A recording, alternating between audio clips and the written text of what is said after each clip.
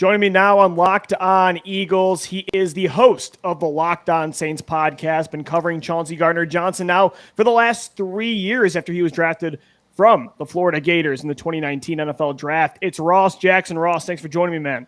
Oh, dude, absolute pleasure to be here with you. I'm pumped about this trade, a little bit more pumped about it for the opportunity that it presents CJ Gardner-Johnson to the Philadelphia Eagles than I am pumped about it from the New Orleans Saints side. And Ross, we've talked about a couple blockbuster trades now between the Eagles and the Saints for the last few months, and we got a game coming up this year, so I'm going to see you again. Yeah, absolutely. And maybe, I don't want to say more importantly, but perhaps more nationally recognized will be the return of CJ Gardner-Johnson getting the opportunity to play against those New Orleans Saints that just traded him away. So it's going to be a blockbuster. What is that, week 17? That's right. Yeah, it's late in the year. Blockbuster week 17 that year. Yeah, it's the second last week of the season. And, you know, Ross, that's why I wanted you on, of course, to talk about this trade. A lot of Eagles fans feel like this could be the missing link for the defense. Safety was the one hole they really weren't able to patch up this offseason on both sides of the ball. So the question, of course, though, is with CGJ just being 24 years old, why did the Saints want to move on now?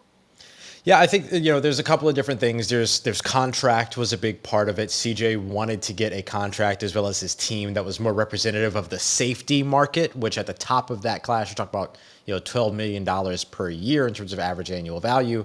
But then, for the Saints, they utilize him as a nickel corner.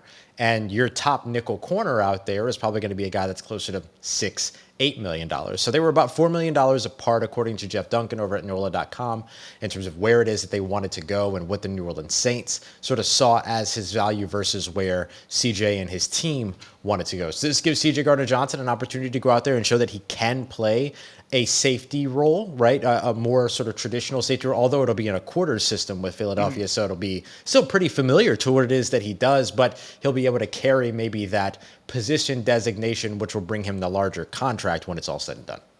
So, Ross, it more had to do with, I guess, position and how to utilize him in the defense when it comes to why they didn't want to pay him. What was the mindset there between the two sides with that contract talk? So the Saints will oftentimes, we've seen this as far back as Jimmy Graham. Remember, Jimmy Graham wanted to be tagged as a wide receiver as opposed to a tight end because he split out so much, things like that, right? So what the Saints will do is that they will specifically sort of designate an amount of money that they intend to spend at a certain position, right? Every role will have its price tag. And if a player wants above that price tag, then the New Orleans Saints are generally pretty okay with the idea of moving on from that player because the positional value doesn't necessarily match the contractual value. So that's why they were okay with moving on from guys like Jimmy Graham, why they were okay with moving on from guys like Brandon Cooks in the past, because the role just no longer fit the same sort of monetary value any longer. And so the Saints will usually cut bait when that happens. So, Ross, I feel like the Saints have had a lot of movement this year when it comes to the safety position, right? Too, Marcus Williams signing a big contract with the Baltimore Ravens. The Eagles were actually gunning for him this offseason, too. Weren't able to land Williams, but they get CGJ here. Of course, the Saints bring in the Honey Badger, Tyrann Mathieu, Marcus May. Why so much movement with the Saints at this position in particular, also with Malcolm Jenkins finally retiring as well? Yeah, with the losses that they had there in terms of the loss of Malcolm Jenkins in particular, right, him retiring, but then also the loss of Marcus Williams, basically the contractual value that they would have ended up giving Marcus Williams, they were able to effectively bring in the replacement at both safety positions. So they were in a pretty good position there in terms of how they wanted to spend that money. And the Saints wanted really versatile play at safety. So it's one of the reasons why they didn't put up a ton of fight around the Marcus Williams conversation, because Marcus Williams does one thing, and he does it extremely well. He's a fantastic sideline-to-sideline coverage guy, but the Saints wanted to be interchangeable at safety. So you've got Tyrann Mathieu on one side who can drop deep, who can also play in the box.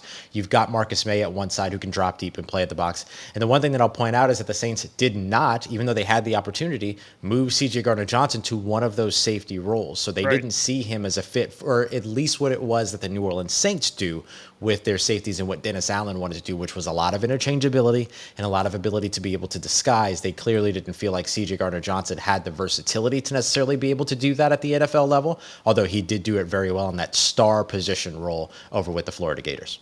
Yeah, and Ross, that's what I wanted to ask you next, because, of course, the Saints used him the majority of the time, 99% of the time. He was a slot cornerback. He was a slot defender.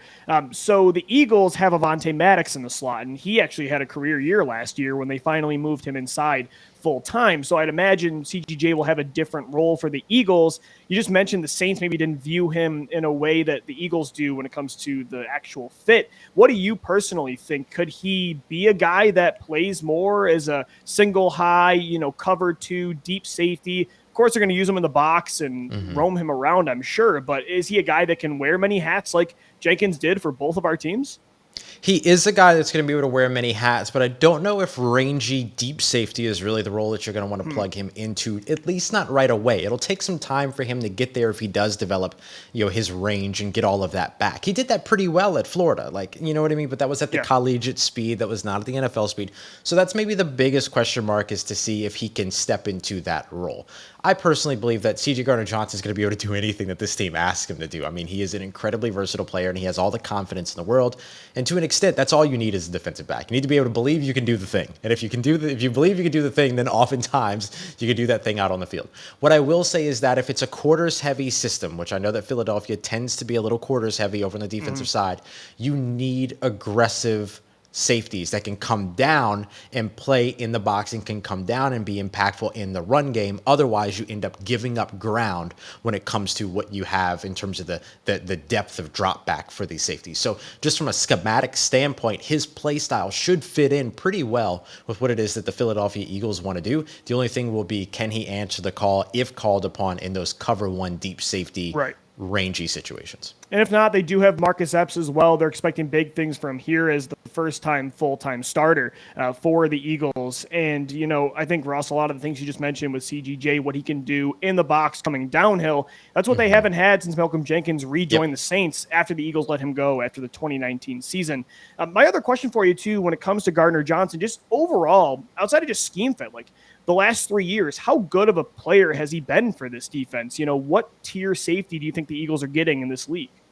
Hard to judge him as a safety in the New Orleans Saints system, but in terms of that slot corner and what he gives you as maybe something that maybe blends the line into strong safety a little bit, I think that he's been one of the top tier guys. I mean, I think he's been one of the best nickel corners in the NFL, and I know that he thinks that as well.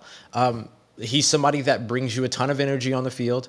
He is an intimidator. He's an enforcer as a player, not just because of the trash talk and all the things that the national media will tell you about, but he's a guy that opposing offenses game plan for. And so if you're able to maximize him and keep him in that role, then he's able to become that player no matter what system that he's in. He's been particularly impactful close to the line of scrimmage with the New Orleans Saints. The big question will be, can he be impactful further away from the line of scrimmage? But he's a player absolutely that the Philadelphia Eagles fans should be excited about having, because there's a lot of things that he can do, and generally he does them well. And even when he doesn't, he's a guy with a short memory, and he quickly forgets any of those mistakes. He quickly forgets any of those big-time successes, and he's ready to come back the next down and make a play again. Ross, last thing for you. I think you mentioned it there with the energy and the attitude CGJ brings. I think Philadelphia fans especially are going to love that. Is he one of the biggest instigators in the NFL? I think a lot of the videos that have trended with CGJ over the years kind of proves that, right?